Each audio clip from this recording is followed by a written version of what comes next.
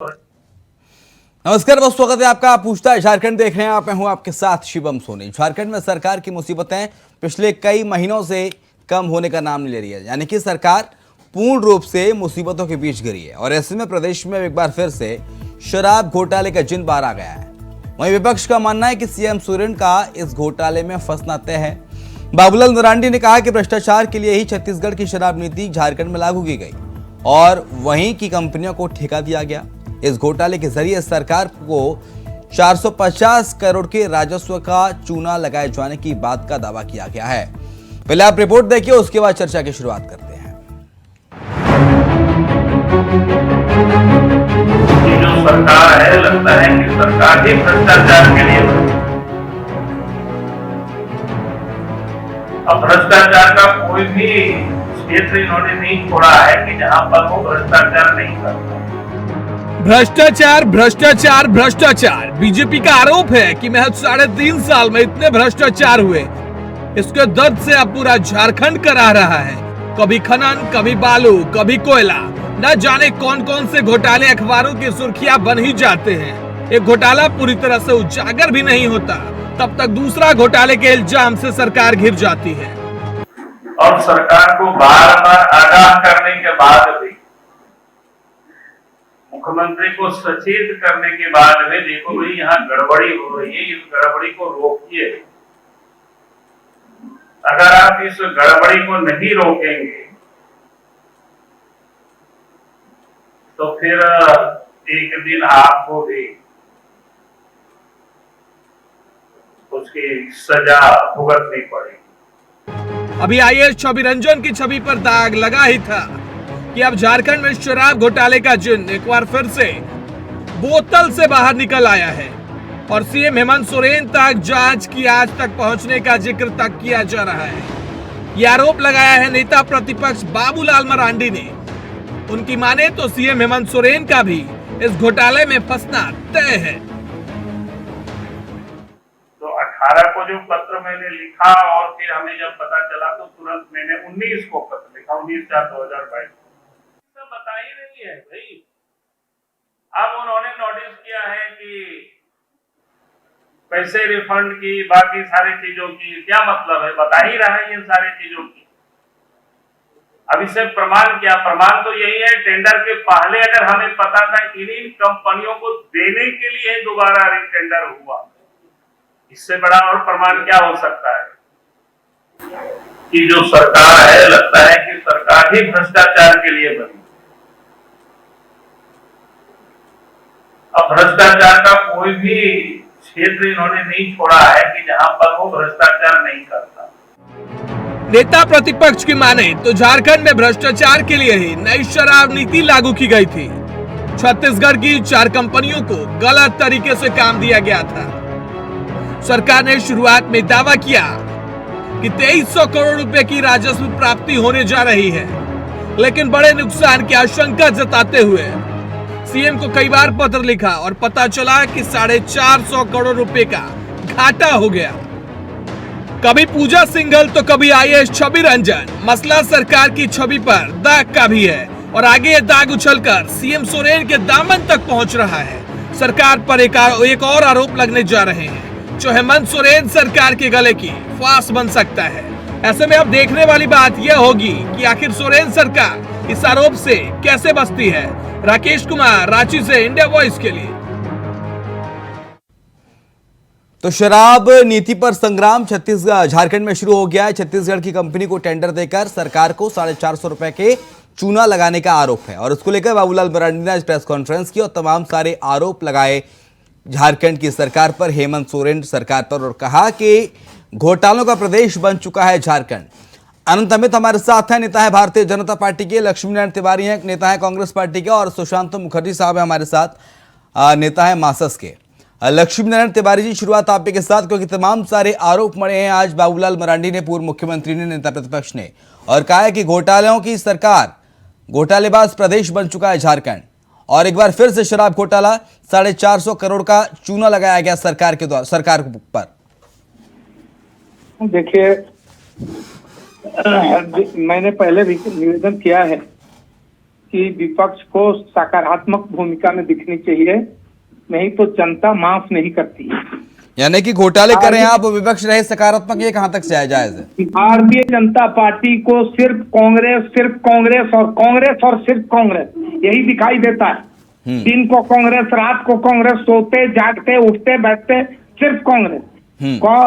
जो सरकार ने शराब का ठेका जिस कंपनी को दिया, जब ये लगने लगा सरकार को, देखिए सोनी साहब, कोई भी सरकार कदम उठाएगी, कोई भी सरकार, ध्यान रखिएगा, मैं अपनी सरकार की बात नहीं कर रहा, कोई सरकार कोई कदम उठाती है या कोई डिसीजन लेती है, तो जब वो निर्णय धरातल पर उतरता है तब उसके सकारात्मक या नकारात्मक परिणाम सामने आते हैं।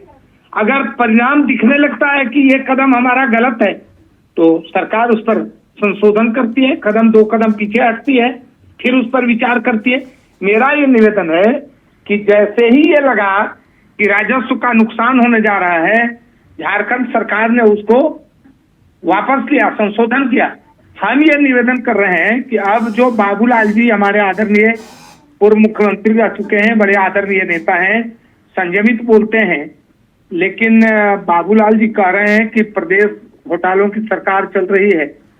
मैं छोटा कार्यकर्ता हूं, मैं कोई टिप्पणी नहीं करना चाहता, लेकिन इतनी बात जरूर मैं कहूंगा कि भारतीय जनता पार्टी को नीचे प्रखंड से, पंचायतों से लेकर और राष्ट्रीय स्तर तक एक बात पर विचार करके तब कोई कदम उठाना चाहिए या कोई वक्तव्य देना चाहिए।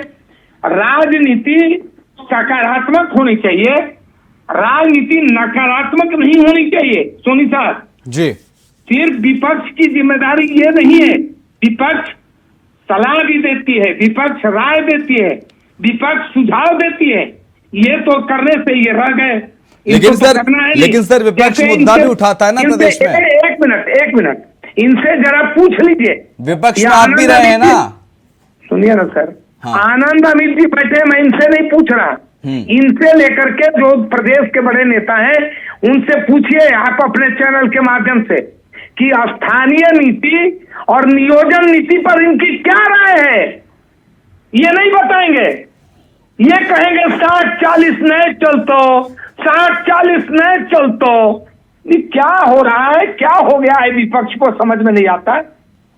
ये क्यों ये नकारात्मक भूमिका, राजनीति, देखिए राजनीति का धर्म होना चाहिए, धर्म की राजनीति नहीं, इनके पास धर्म की राजनीति है, राजनीति का धर्म नहीं है इनके पास। मैं विनम्रता से निवेदन करता हूं कि विपक्ष सकारात्मक भूमिका में दिखे, विपक्ष ये बताए, आम जन झारखंड की सारी जनता का निगाह हम लोगों के सभी राजनीतिक दलों के क्रियाकलाप पर होता है, इसलिए विनम्र प्रार्थना है मेरी कि सकारात्मक विपक्ष के रूप में आप ये दिखाई पड़े। 60-40 नए चलतों के आप पक्ष में है क्या इस नियोजन नीति के? क्योंकि लक्ष्मीनारायण तिवारी जी, आप 2 दिन पहले आप बोल रहे थे कि हम नई नियोजन नीति लाएंगे, युवाओं से वादा कर रहे हैं, वक्त लग रहा है चीजों में, कोरोना के चलते एग्जीक्यूट नहीं हो पाया। सोनी साहब, तो क्या मैंने कहा था कि 21 तारीख तक नियोजन नीति ला देंगे? ऐसा तो मैंने नहीं कहा। नहीं, ऐसा तो नहीं कहा था आपने, लेकिन अनंत वैधानिक पहलुओं पर हमारी सरकार संवेदनशीलता से विचार करेगी, कानून विदों से राय लेगी, तब हम कोई निर्णय लेंगे। हम ये 11 और 13 जिलों को नहीं बांटेंगे। ठीक है सर, लेकिन अनंत अमित, कांग्रेस कह रही है कि विपक्ष को सकारात्मक राजनीति करनी चाहिए। आप घोटाले का आरोप लगा रहे हैं तो आप नकारात्मक राजनीति कर रहे हैं प्रदेश के अंदर। सकारात्मक राजनीति करिए सर। सोनी साहब, अनंत अमित, ये इनको कहिए कि राजनीति का धर्म बदले। ठीक है सर, धर्म की राजनीति सरकार से पूछ लिया कीजिए कैसे राजनीति करनी है, बीजेपी को तो राजनीति करना आता ही नहीं है। ये देखिए, मैं कार्यकर्ता हूँ, ये मेरी जो अपनी भाषा थी, अपनी भावना थी, मैंने आपके चैनल के माध्यम से प्रकट किया। ये आदरणीय अटल बिहारी वाजपेयी के पद चिन्हों पर चलने का प्रयत्न करें, नहीं तो दूरगामी परिणाम बहुत होंगे। विपक्ष को थोड़ा बोलने का मौका भी दीजिए लक्ष्मीनारायण तिवारी जी। चलिए बोलिए। सोनी जी, ये बार बार एक ही बात कहते हैं। ये कह रहे हैं कि विपक्ष है नकारात्मक राजनीति कर रहा है। भाई साहब, विपक्ष को राजनीति करना नहीं आता। विपक्ष को राजनीति करनी है तो पहले सरकार के पास जाए, जेएमएम के पास जाए, कांग्रेस के नेताओं के पास जाए और पूछिए कि साहब कैसे राजनीति करनी है, भैया बता दो। तो जाइए इनसे, आप पूछा करिए राजनीति कैसे करनी है, कौन से आरोप लगाने हैं, कौन से नहीं लगाने हैं। सोनी जी, मैं आपके प्रश्न को भी सुन लिया और इनको माननीय कल्याण तो की बात करते ही भी हैं। सुन लिया। मैं बस एक लाइन, इनकी सारी बातों को एक लाइन में ये सम्मोहित कर देना चाहता हूं कि हाँ। नीति मानो नेता बनो, राजनीति को बदनाम न करो, ये कांग्रेस की परंपरा है। अब मैं मुद्दे पे आता हूं। ठीक है। जिस तरीके से झारखंड में भ्रष्टाचार को लेकर पूरा प्रदेश की बदनामी पूरे देश में हो रही है, ये किसी से छुपा नहीं है। और जहां तक शराब नीति की बात है, तो सोनी जी, पिछले वर्ष 2022 को 16-17 अप्रैल को जब ये सरकार शराब की प्रक्रिया चल रही थी, तो माननीय बाबूलाल मरांडी जी ने मुख्यमंत्री जी को एक पत्र लिखा और पत्र के माध्यम से उनको ये बताने का कोशिश किया कि इसके माध्यम से अगर आप ऐसा करेंगे तो ये घोटाला होगा और इससे राज्य की बदनामी होगी। आज जो 450 करोड़ रुपए के घोटाले की बात आ रही है, जब से छत्तीसगढ़ में ईडी की सघन कार्रवाई चल रही है, उसके बाद से झारखंड में आपने देखा होगा कि ईडी ने इसी के बिहाफ पे 2 अधिकारियों को उन्होंने नोटिस जारी किया है। और नोटिस क्यों जारी किया है?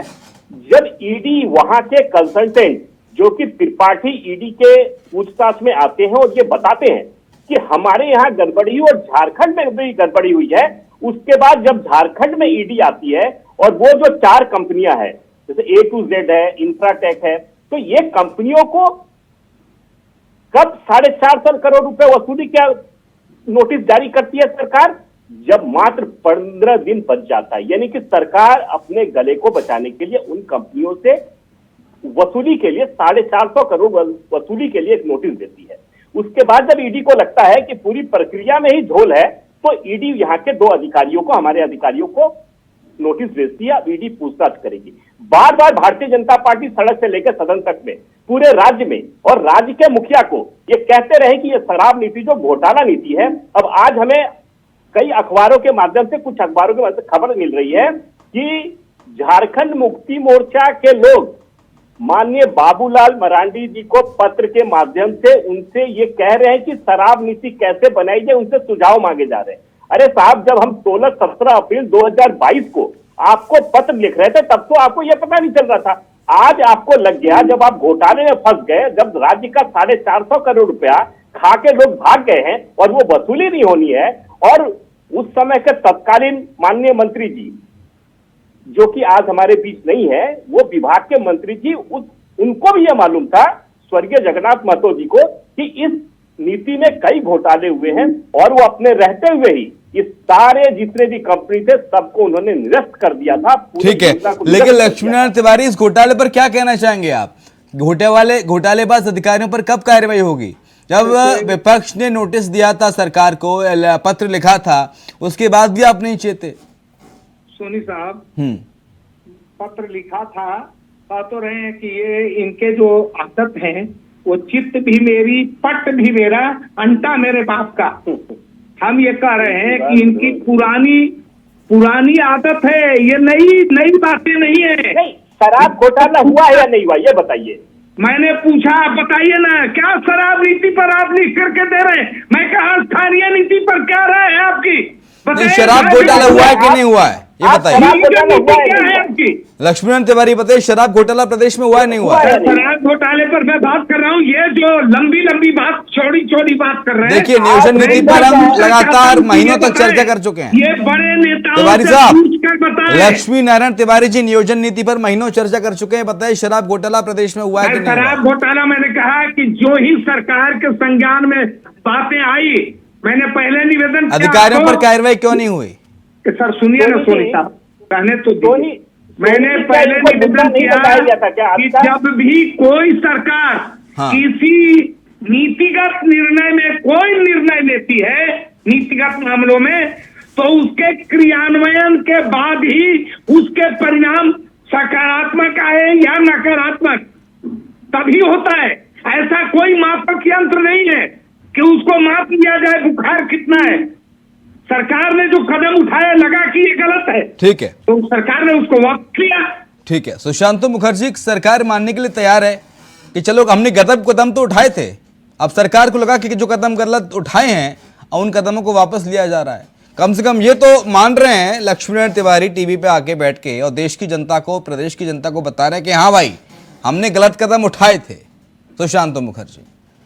ये मानना एक बड़ी बात होती है कि सरकार का कोई जिम्मेदार व्यक्ति आके टीवी में बैठ रहा है और बोल रहा है कि हाँ हमने गलत कदम उठाए थे, कबूल कर रहे हैं, कबूल जुर्म है ये कबूल जुर्म है सुशांत मुखर्जी, ये कबूल जुर्म है। मैंने नहीं कहा कि गलत कदम उठाए, मैंने कहा हाँ अभी आपने कहा सर, रिपीट करके सुना दूंगा, कबूल जुर्म है ये सुशांत मुखर्जी, पता चलता है आरोप कबूल कर लिया है, परिणाम सकारात्मक है, आरोप कबूल कर लिया है, बताइए। गलत कदम उठाए ऐसा मैंने नहीं कहा। ठीक है, ओके, वो सबने सुना, देश ने सुन लिया सर। सबने बिल्कुल अब बात घुमाने से कुछ नहीं होगा, अब गोल गोल बात घुमाने से कुछ नहीं होने वाला। सुशांत मुखर्जी, कोई बात पे नहीं घुमा रहा। ठीक है, अब सुशांत मुखर्जी को बोलने दीजिए ना सर। हाँ बोलिए बोलिए। छत्तीसगढ़ के से जब ये इनके साथ व्यवसायी का मतलब हो रहे थे, बातें चल रहे थे, लेकिन उसी टाइम विरोध हुए थे कि नहीं करना है उनके साथ, लेकिन ये सरकार मानी नहीं। अब सबसे बड़ी चीज है, आपको बता दें, ये कांग्रेस भी नहीं कहेंगे, बीजेपी भी नहीं कहेंगे, हमारे झारखंड में जो आंदोलन चल रहे थे, झारखंड बनने के समय जो आंदोलन चल रहे थे, सारे जगह जाके यही बात कहे जाते थे कि झारखंड में दारू नहीं बिकेगी, मतलब शराब नहीं बिकेंगे। हाँ। और कौन बोले थे? इसी अभी जो माननीय मुख्यमंत्री जी हैं, इनके पिता शिबू सोरेन जी, विष्णु गुरु शिबू सोरेन, AK राय, विनोद बिहारी महतो, कि शराब का विरोध किया जाएगा। आज उनका बेटा दूसरे राज्य से शराब ला रहे, इनको तो सरकार में आते साथ पहला इनका होता कि इस राज्य में शराब नहीं बिकेगी।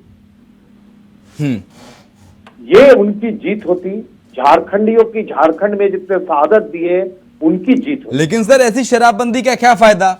अभी आपने देखा मोतिहारी में क्या हुआ, बिहार में, उससे पहले सारण में क्या हुआ, किस तरह से लाशों का अंबार बिछता है हर दूसरे महीने वहां पर, कच्ची शराब पीने से लोगों की जाने जाती है। तो ऐसी शराब नीति से तो बेहतर है कि कम से कम लोग ब्रांड की शराब पी रहे हैं, जिंदा तो हैं, मर तो नहीं रहे।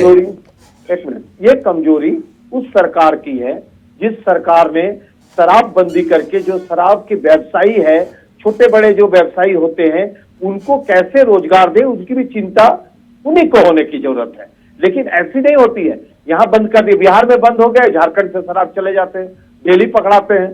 लेकिन इसे रोकने के लिए तो सरकार जिम्मेवारी है। लेकिन आपने जो वादा किया झारखंड लेने के लिए, जिस तरह से सरकार बनने से पहले 5 लाख के वादा किए गए, जिस तरह से केंद्र में सरकार बनने से पहले 2 करोड़ की नौकरी के वादा किए गए, उसी तरह जब झारखंड बन रहे थे वहां पर कहा गया था कि झारखंड राज्य में शराब बंदी रहेगी। तिवारी जी जल्दी से आपकी प्रतिक्रिया। जी तिवारी जी, देखिए मुखर्जी साहब जब 2 करोड़ की बात कर रहे हैं तो आनंद अमित जी बगल झांक रहे थे, और जब शराब नीति पर इनकी टिप्पणी आ रही थी तो आनंद अमित जी ऐसे ऐसे कर रहे हैं।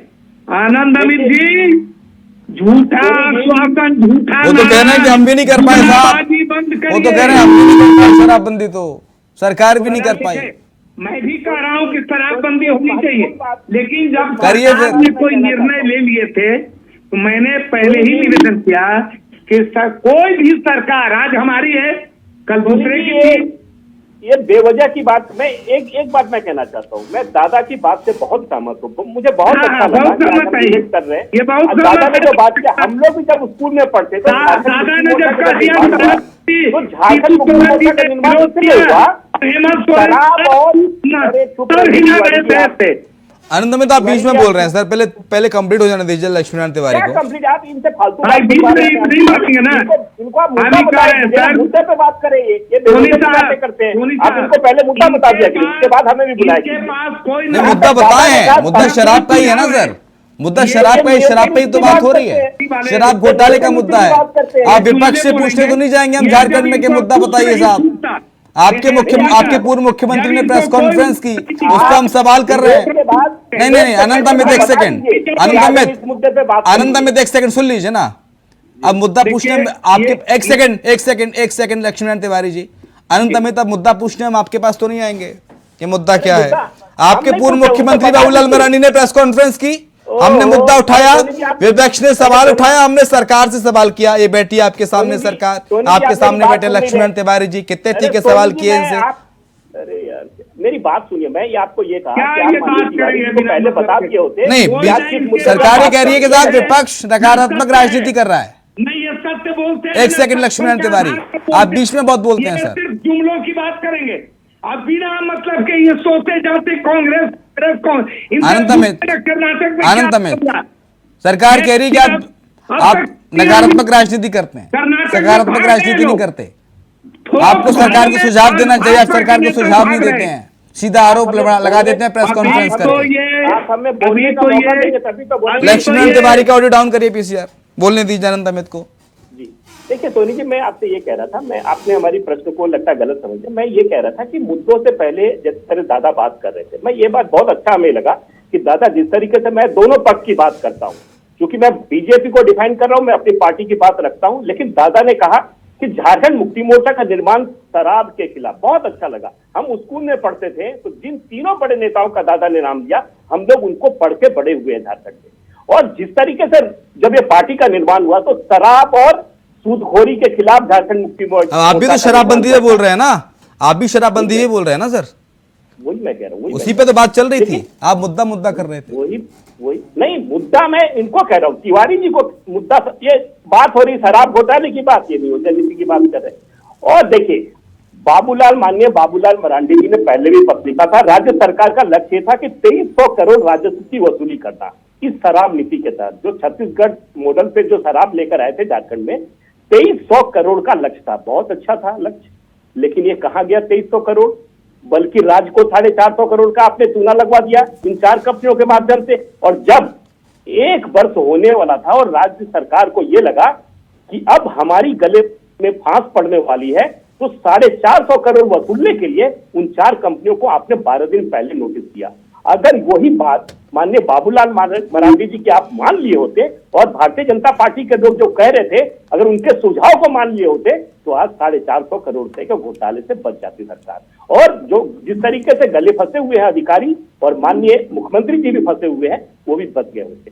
तो हम तो ये चाहते हैं कि राज्य में किसी तरह का कोई भी घोटाला न हो, और राज्य में नियमित जिस तरीके से राज्य का पूरे देश में बदनामी हो रही, उस बदनामी से कैसे बचा जाए। हम तो ये चाहते हैं कि सरकार ठीक तरीके से काम करे और हमारे सुझाव को ही माने, लेकिन क्योंकि सरकार को सुझाव मानना नहीं है, सरकार को, लेकिन सुझाव तो आपको दिया था लक्ष्मण तिवारी जी, पत्र लिखकर सुझाव तो आपको दिया गया था। तिवारी जी को ऑडियो खोल दीजिए आप। गठन नहीं हुआ होता, हाँ, बाबूलाल जी का सुझाव तब आपको मान्य नहीं था।